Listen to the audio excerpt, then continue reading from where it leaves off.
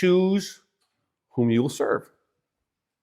You can make that choice. You get to choose. You're going to choose either walking with God, or you're going to choose to not walk with God.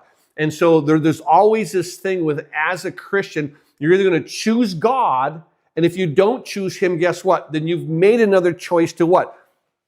I'm not going to choose God. So I'm literally, as a default, I've chosen sin.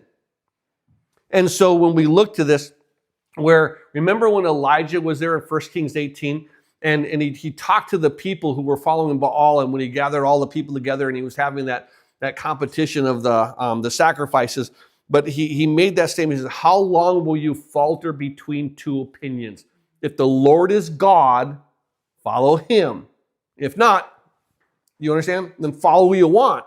But you're either going to follow God or you're going to follow something else. But you keep in mind, this is, how long are you going to falter? There's only two. You either follow God or you're following something else that's not God.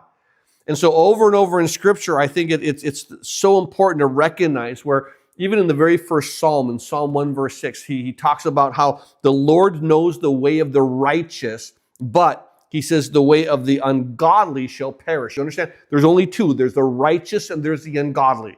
You're either walking with the Lord or you're not. And this is why in Romans 6:16, it says, don't you know to whom you present yourselves slaves to obey? You are that one slave.